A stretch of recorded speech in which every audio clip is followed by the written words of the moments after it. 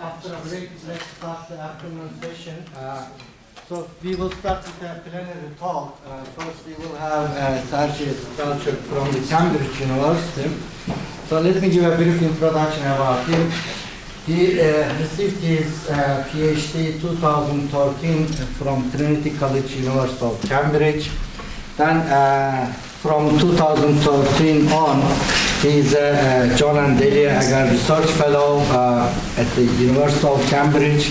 2017, Liverpool Early Career Fellow, again at the same university. Then 2020, he will be Royal Society University Research Fellow at the University of Cambridge. So today we will hear about the Permutational Quantum Computing from Sergii. Thank you very much for the introduction and for a wonderful welcome here in Turkey. Yes, I'm based in Cambridge, as you see, and I will be there for a number of years, hopefully. And today I will tell you something that theorists worry about. You know, as they say, every experimental type of conference has to have at least one theory talk for sort of biodiversity, and I think this is my talk. And we'll talk about a special model of computation called permutational quantum computing. Before I continue, before I start describing what it is, let me just make a brief interruption and tell you something about the recent work and why is it relevant. So, as you might have heard, Google announced their Sycamore chip.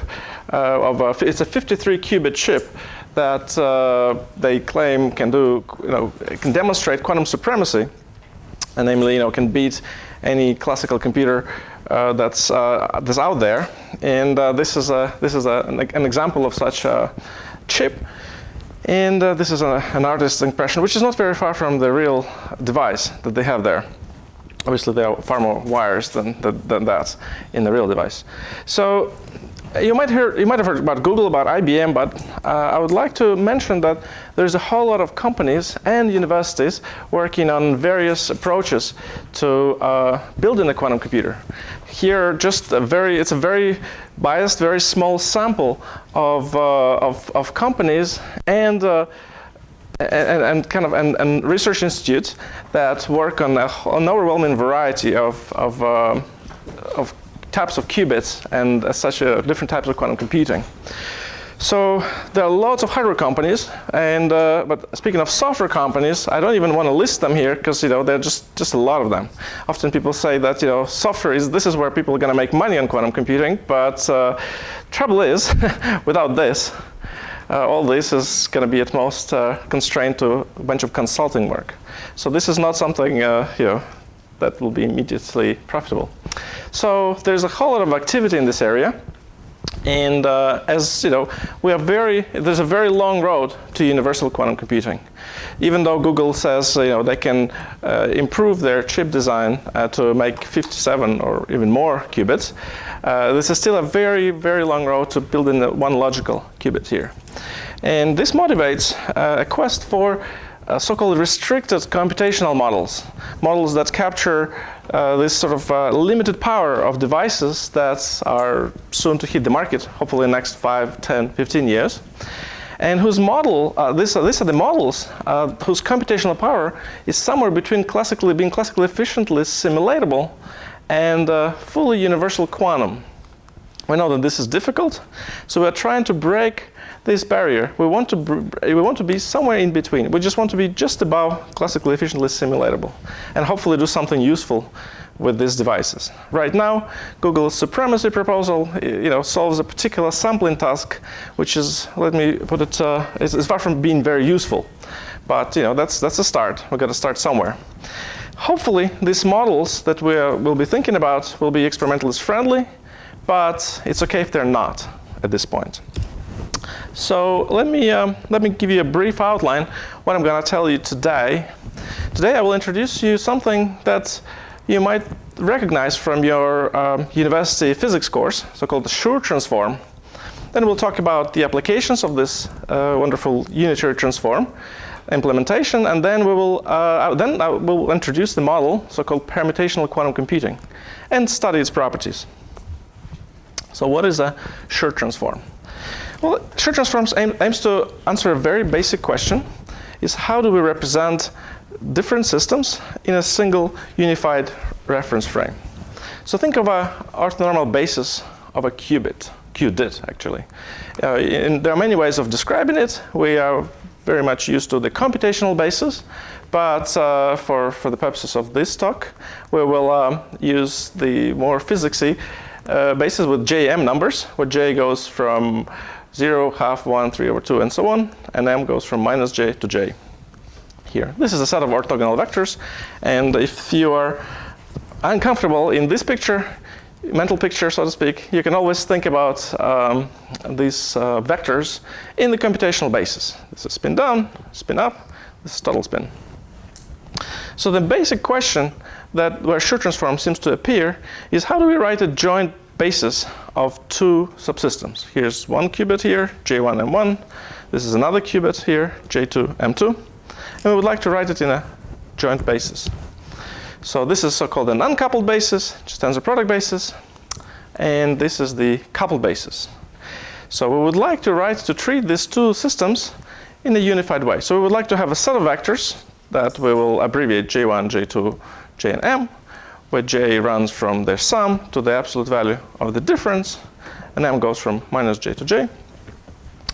And to transform, the transformation that takes us from here to here, it's called the Clebsch-Gordan transform. You might remember Clebsch-Gordan coefficients. And the transform that allows us to get from these states to here is given by this set of coefficients. Putting them in the unitary, you get a special so-called unitary transform called the Clebsch-Gordan unitary. So these are simple 2-qubit unitaries that work nicely and efficiently. And I'm sure many of you have done this exercise, but maybe under different guise. So this is how we introduced the Clebsch-Gordan transform. So what does it have to do with the Schur transform? Well, Schur transform is nothing else but a cascading sequence of Clebsch-Gordans. So imagine you want to couple not just two, but n of the systems. So what you do, you perform Clebsch-Gordans. This is an ancilla, which we can discard now. For now, we can perform a sequence of Clebsch-Gordan transforms, one after the other, and then we were able to derive, we were able to construct the basis that is fully where all of the systems are given with a single, contained in a single reference frame, or are described by the single reference frame. For those more mathematical of you, there is a very efficient and very nice representation theoretic way of thinking about this type of transformation between qubits. It is a transformation that partitions your Hilbert space of n qubit systems into direct sum of tensor products of two parts. And therefore, we have the set of states here that can be obtained through from original qubits, 0 and 0, 1 basis, let's say, applying this big matrix here. So I will not. This is the most mathematical slide that there will be in this talk. So if you don't like it, you can happily ignore it. So this is our Schur transform. So Schur transform is a cascaded number of cascaded Clebsch-Gordans. So where do we see this beyond just the ordinary task of coupling bases? Is this even relevant? Why do we care about Schur transform so much? Well, let me give you one curious application of this. So imagine you have two parties, Alice and Bob, and they would like to communicate perfectly, and Alice would like to transmit a classical bit, a single classical bit, to Bob via qubit channel. Can she do this by sending a single qubit to Bob? The extra difficulty here is that their reference frames are not aligned perfectly. So what Bob treats as 0 and 1, Alice treats as 1 and 0, but in a rotated way. So there's no way to communicate any information perfectly using a single qubit interaction between Alice and Bob. However, one can do it when you are able to send two qubits. The strategy is actually pretty straightforward. If Alice wants to communicate 0, she sends the singlet state, so state that lives in the antisymmetric subspace. If Alice wants to communicate 1, then she sends any state in the symmetric subspace. You can think of Alice sending one of the remaining 3 Bell pairs to Bob. What Bob does, Bob measures 2 projectors, projector on the symmetric space and projector on the antisymmetric space. And then when he gets this one, he concludes the message was 0. When he gets 1, he concludes that the message is 1. If you were to send multiple messages, then what Alice would do, Alice would apply the Schur transform in a sequential way, much like in this picture here, to qubits. Oops. And then, well, of course, parties must agree on the ordering of the coupling first, which qubit is first, second, and third, but that's more of a technicality. And then Bob measures similar kind of projectors, except now these projectors are going to be slightly more complicated. They will project on so-called irreducible representations of Sn, of symmetric group on n qubits. So this is where the Schur transform features. This is one kind of toy problem. And it turns out this means that we can communicate classically and quantumly as a result of these guys in the absence of shared reference frame. So it's okay if your measurement devices are rotated arbitrarily. There's a way of reliably communicating, assuming, of course, there are no errors here in the channel. But recent papers started to deal with that as well. So what other interesting applications of the Schur transform one can think of? Well, this is my very limited personal list of where Schur transform is important. So in 2002, Matsumoto and Hayashi used Schur transform to devise new protocols for distortion-free entanglement concentration.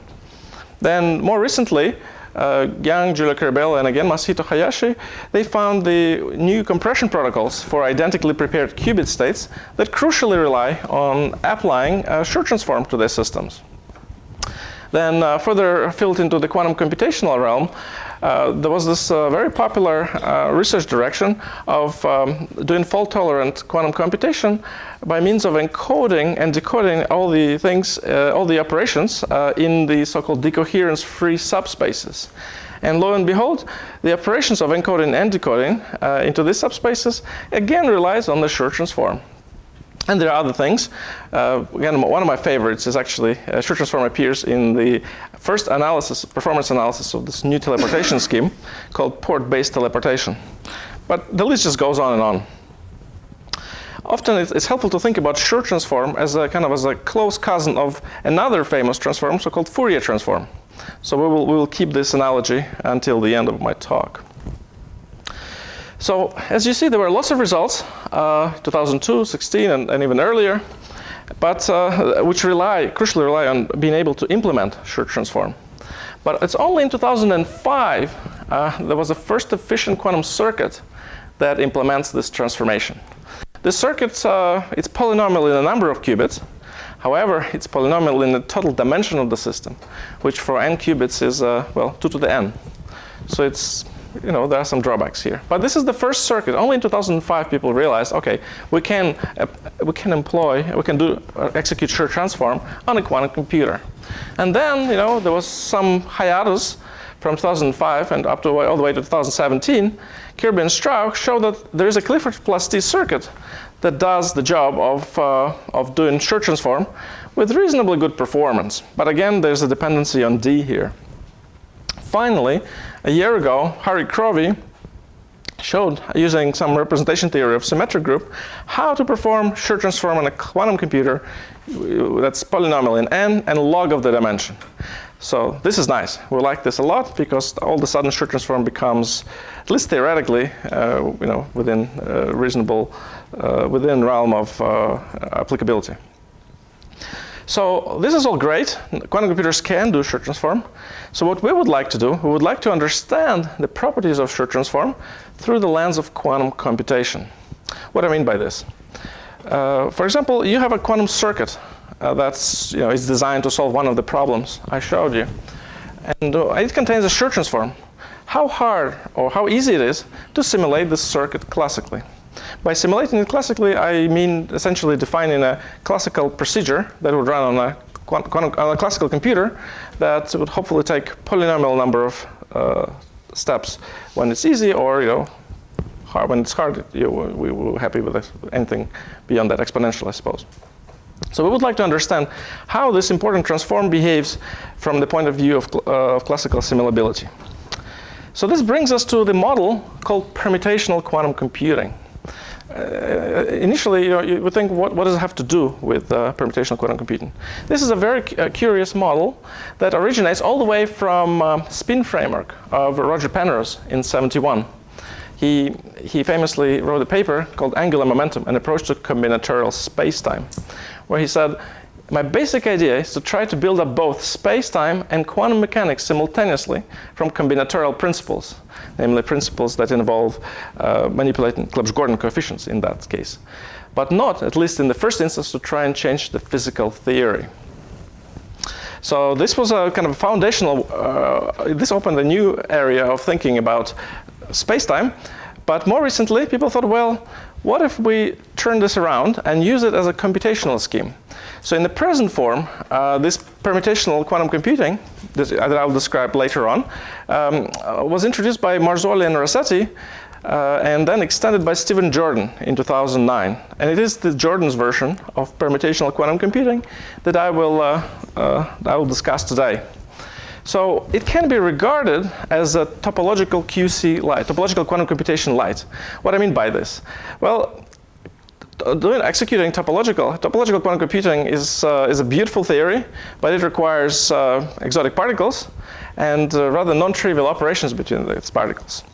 So one can think, what can we remove from topological quantum computing in order to well, make it a bit more user-friendly on recent devices or current hardware?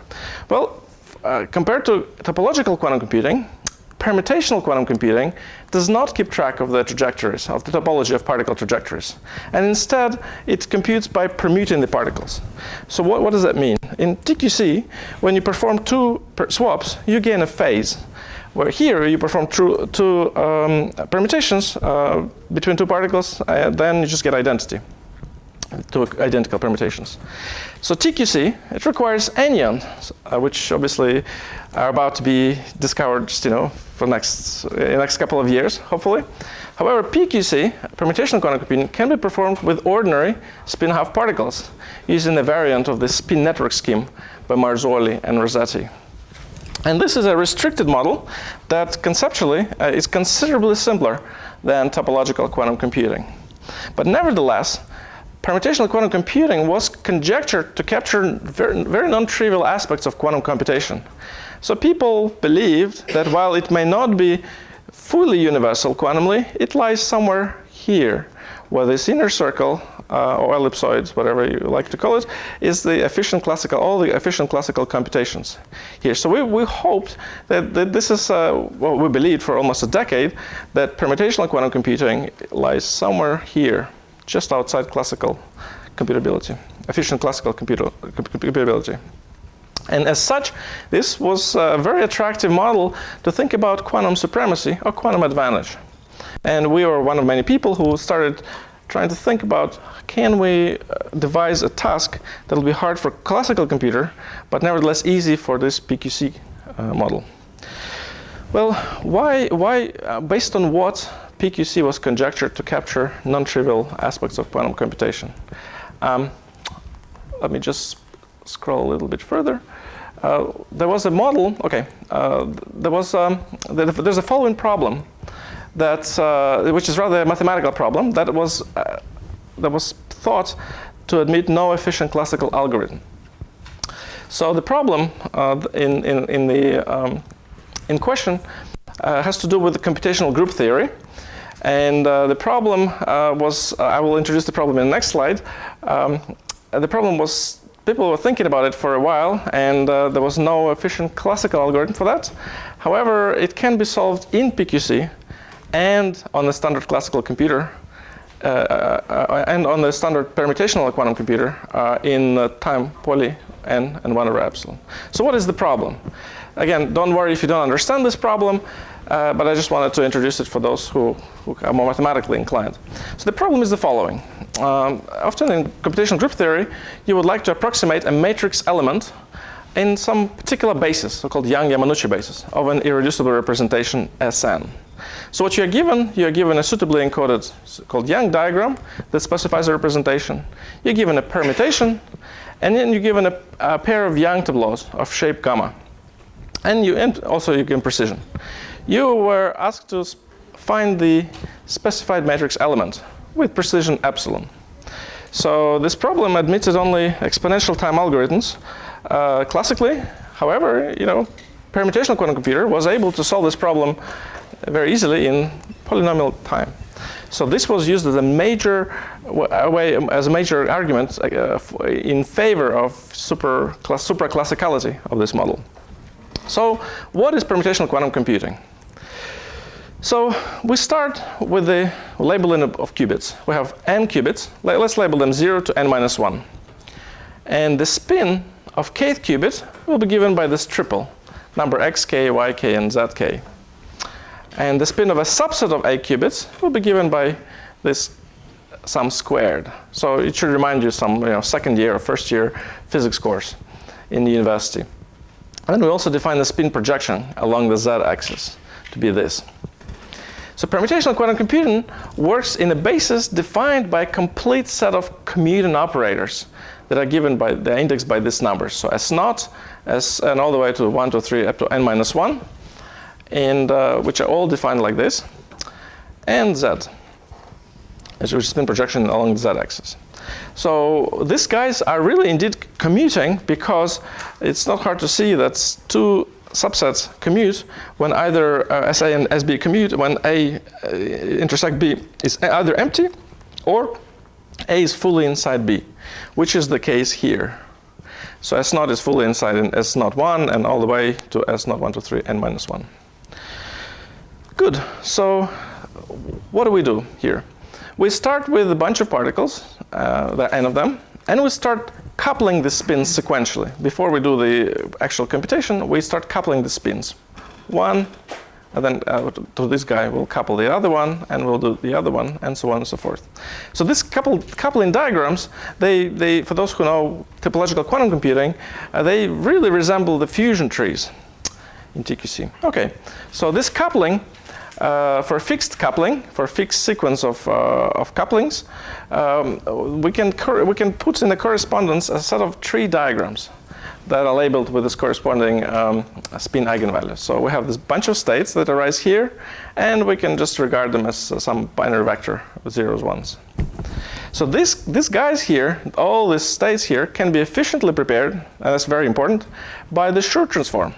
All you do, you just apply Schur transform sequentially between particle 1 and 2, and then between the resulting system and particle 3, and so on and so forth. You keep on building up this basis, so to speak. For example, those who want to check that this is indeed a nice basis, here's the labeling. Here are all the trees that appear when you couple 3 systems. So you expect to have 8 vectors, and they are orthogonal vectors, and this works. All right, so what does it mean to run a permutational quantum computer? Well, running a PQC machine is actually very simple. It's remarkably simple. It requires 3 steps, actually 4 steps, if you count the measurement. First, you take your qubits, you apply the Schur transform in this sequential way to get this type of state. Then we execute a program. A program in a permutational quantum computer is given by, well, a sequence of polynomial number of permutations of various labels. So you take this state, and a permutation pi would permute labels arbitrarily here. Then what we do, we apply the inverse Schur transform, and then we measure y. So that's it. That's all it is for permutational quantum computing. It's a Schur transform, bunch of permutations, and the inverse Schur transform. Now it's pretty obvious that the computational power of this machine that is able to run the circuits almost entirely depends on the Schur transform. Permutations here make very little, as we will see, or no material difference whatsoever. Okay, so let's recap quickly why this rather exotic model is interesting. First of all, it captures some features of the topological quantum computation. Computational power of PQC depends entirely on the Schur transform. And we hope to use this as a test bed for exploring conditions and find novel examples of quantum advantage. And there's one other bonus point here, which I should mention, but I will not discuss in detail. PQC model this PQC machine can simulate certain processes in so-called Poisson-Regge spin-foam model of quantum gravity. So whenever you have spin-foams model of quantum gravity, the transition amplitudes within these models can be efficiently computed by the PQC machine, which allows us to try and understand the computational power of theories of gravity and hopefully their compatibility with quantum theory. But of course, the problem that separates, or was thought to separate PQC processes from being classically efficiently simulatable was that problem that I've briefly defined to you that has to do with all this ERAP stuff. Well, it turns out this model, despite all the promising results, it turns out to be efficiently classically simulatable. So in our work, we showed that the permutational quantum computing, that all processes that run on the permutational quantum computing machine can be efficiently, strongly simulated. By strongly simulated, I mean any probability of the particular outcome can be efficiently computed on a classical computer. And more so, when the output distribution of these circuits is polysparse, then one can weakly simulate any PQC process. What I mean by weak simulation, I mean that there exists a classical sampler. There's a classical box that would mimic the output distribution of this permutational quantum computer. So results hold even when we run more general program. Remember I told you there's Schur Transform, bunch of permutations, and the inverse Schur Transform. We can put here other things like anything in Z basis or even classically reversible gates, which is rather striking. So you may ask, what makes PQC classical? What did we miss? Why did we think that, despite all this evidence, how is it possible that it is classical? Well, it turns out that what I will show you, the thing that really makes it all classical is conservation of angular momentum. But before we get there, let us try and first introduce some framework we're going to work in. So the main idea would be to show that states that arise in this PQC machine are computationally tractable states. It's the definition of computational tractability is it's a neat way of encapsulating when things are classically efficiently simulatable. So we say a qubit state n and qubit state psi is computationally tractable when two things hold. One, for any bit string, the inner product can be computed in poly n time on a classical computer. So we want to compute overlaps between this state and any basis state in poly time. And second, there is a polytime classical sampler that samples from this output distribution, where again, this is a bunch of overlaps between computational basis strings. So this is a general definition of when state is classical, quote unquote. So what we will do, we will show in two simple steps why states that arise in the PQC machine are computationally tractable. And as I mentioned, turns out that what's going to help us is the conservation of angular momentum. We all remember this formula between that relates Clebsch-Gordans. And it turns out that because of the conservation of angular momentum, the stuff that occurs within the PQC machine doesn't have a lot of interference. This conservation of angular momentum limits the number of coefficients that arise in the functioning of our PQC machine. So in the computational basis, one can write, in general, when we couple things, we have a bunch of Clebsch-Gordans times the states here. However, the sum of four things can be reduced to the sum of three things, and subsequently the sum of two things, because of the conservation of angular momentum. Not all coefficients, not all Clebsch-Gordans will appear in this expansion, which is great news because it means we don't have to simulate a lot of things simultaneously. Right, so we need to show, in order to show that PQC is classically efficiently simulatable, we will show that there are two properties that define the computational tractable states, and that they hold here. So first of all, we want to show that computing overlaps between anything that lives in anything can be generated in the PQC machine and the basis state is efficiently simulatable. So I'll give you an example. I don't want to bore you with the full proof, but example is a 4-qubit state here in computational basis. And we would like to compute overlap of an arbitrary state that arises in the PQC machine and this basis state. So after a little calculation, we'll find that computing overlap is as easy as computing n-1, 3 in this case, Clebsch-Gordans. And Clebsch-Gordans for qubits are easily computable. We have closed formulas, everything just works like a charm. So here you go. We can compute overlaps efficiently. The next step is finding a way of, I guess I should mention this because people often wonder, how efficient is computation of Clebsch-Gordans? Well, Clebsch-Gordan, an arbitrary Clebsch-Gordan is given by the Wigner 3J symbol, as Wigner pointed out some time ago. And this is just given by this formula here, where this guy, that simple looking guy here, it's called the 3J symbol, is given by, well, not so much more difficult, but tedious to write formula. Well, you have to trust me that this formula admits sufficient classical algorithm, and indeed it does. If you're still unsure about this, please come and talk to me after the talk. I'll show you. This is, the number of terms here is actually very limited, up to n. So we're good. So now we're on to the second part. So the second property that we would like to establish is the property of existence of sampler, classical sampler. Not only we can compute overlaps, but we can sample from the distribution of the output distribution of the PQC machine. So ideally, we would like to find an efficient way of constructing the probability distribution over all y's, measured in y. So we can use this trick called suffix marginals, where we have a probability distribution over k to n-1 bits, given by this summation here from y0 to yk-1. You just compute you trace out essentially the remaining guys from y0 to k-1, and you're left with these guys here. What happens when we're trying to do this?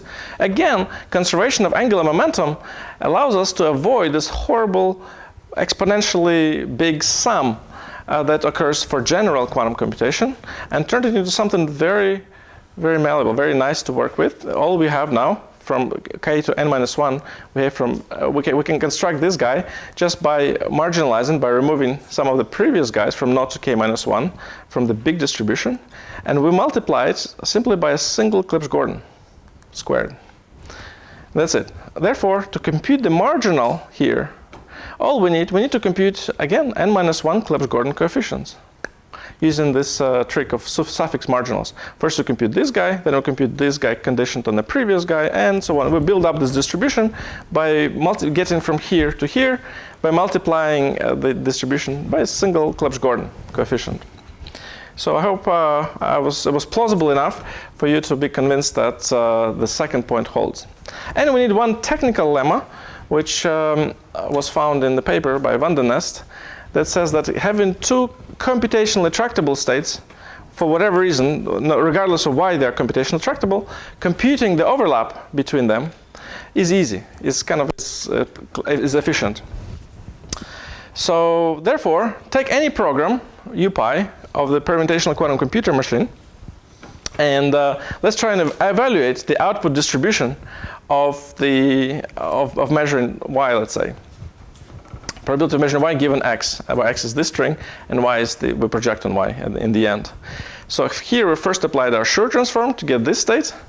Then we applied the permutation here to get this state. And then we're left with this guy here, which is computational basis state. But then applying Schur transform, we get another state which both states, this guy and this guy, are computationally tractable. So again, we're good. We're able to compute this thing efficiently. So what people have overlooked in the last 10 years when trying to think about this problem is that conservation of angular momentum is a tremendous limits what happens here in the most severe way, pushing this model to be fully classically efficiently simulatable. So what are the interim conclusions? Well, we found that all states that are produced by this machine are computationally tractable, and state overlaps can also be computed efficiently with exponential precision. Everything that this model can do is essentially classically simulatable, with some caveats that I will talk about shortly. And this type of circuits here, we'll call them quantum Schur sampling circuits, in the analogy to their cousins, quantum Fourier sampling circuits. Why I would like to frame the problem this way? Well, first of all, in 2013, two researchers asked the following question. When can we sample classically from this circuit? For those who know something about quantum algorithms, this circuit should ring a bell, because this circuit is exactly how quantum Schur's algorithm is being defined. We have a Fourier transform, we have a bunch of classical reversible circuits, a bunch of Toffoli, C-naughts, and then we have inverse Fourier transform, and then we measure. So people were wondering, when is this thing classically simulatable? Well, the answer that they found is that when the output probability distribution is promised to be T-sparse. So what is T-sparse? So probability distribution is T-sparse if there exist at most T elements, X, for which the probability is positive. So therefore, sparse means there are not too many points that have non-zero probability of occurring. And so is epsilon approximate T-sparse. Basically, it means that it can be approximated by a T-sparse distribution.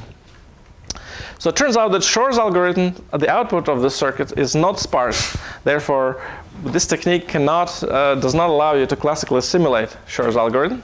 So that's good. And we asked a similar question, but we asked it for what happens if we replace Fourier transforms with the quantum Schur transform.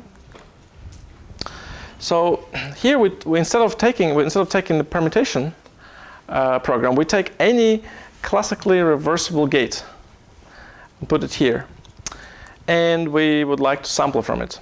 Now we have a circuit that has Schur transform, any sequence of polynumber of classically reversible gates, inverse Schur, then we measure in a full analogy to the Fourier sampling.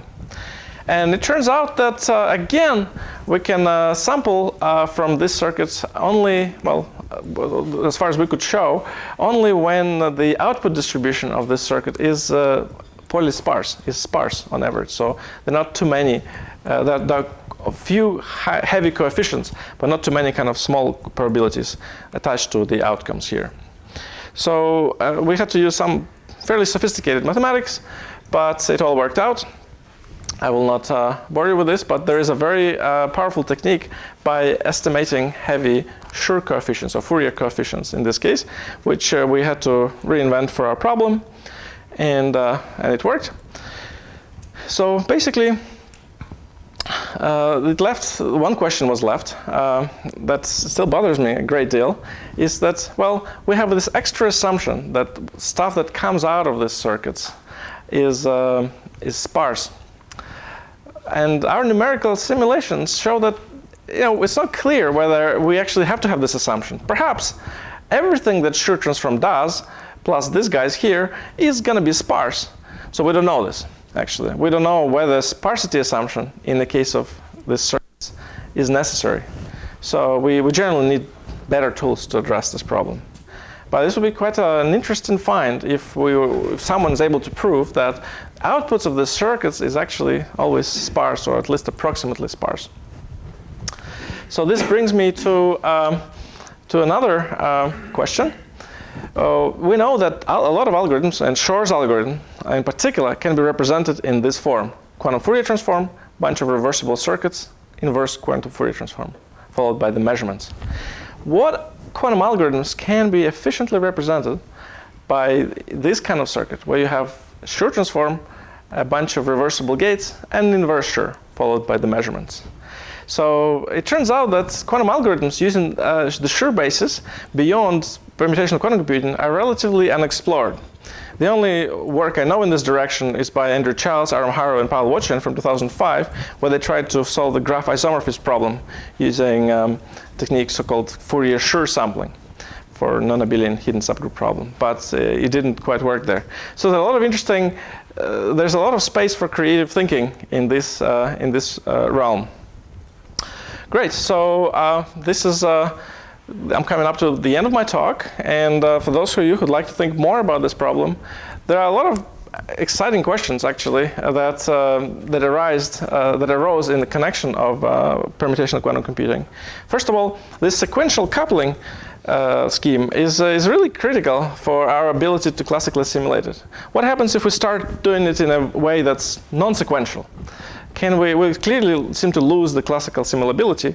Is there anything interesting happening inside? Can we actually get interesting states? The state space becomes different, but we don't know what it is and how to characterize it. So that's something you might want to look into. So what other programs can we execute on the PQC machine while retaining classical simulability? What else can we do, essentially? What other quantum-like things we can do that are fully efficiently classically simulatable? And as we publish this work, I'm having a visiting position at the University of Bristol, and Peter Turner came up to me with his student, Alexander Mallet. They were able to formalize Boson sampling experiments as an instance of an inverted PQC model, where you have, instead of having a Schur transform, they have the Daggerized Schur transform. So inverted Schur transform, then some stuff in between, and then Schur transform, and then you measure. So it turns out there is a very interesting connection to Boson sampling, and in particular, one can try and outline which Boson sampling experiments are not going to give you anything useful, because our techniques will be able to simulate the output distribution of Boson sampling experiments. And when we can, and this allows us also not only to find negative answers, but also hopefully find ways of designing our Boson sampling experiments that avoid being classically simulatable, at least in our way. And I think.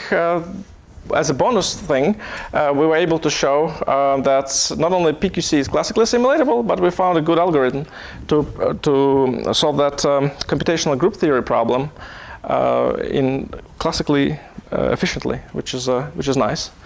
But of course, we would have liked PQC to be classically non-simulatable, but still, at least we know where we stand with PQC. So now the question is, what do we have to add to this model? What ingredients we have to add to this model to make it more powerful? Hopefully, turn it into the universal quantum computing model. So with that, I would like to end and welcome some questions.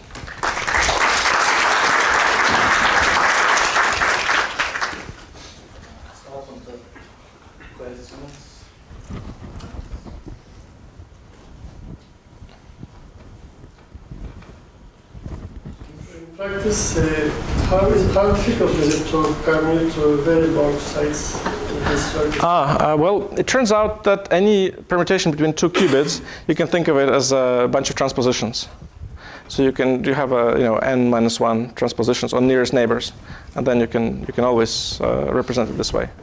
So it's still polynomial if you want to do arbitrary permutations.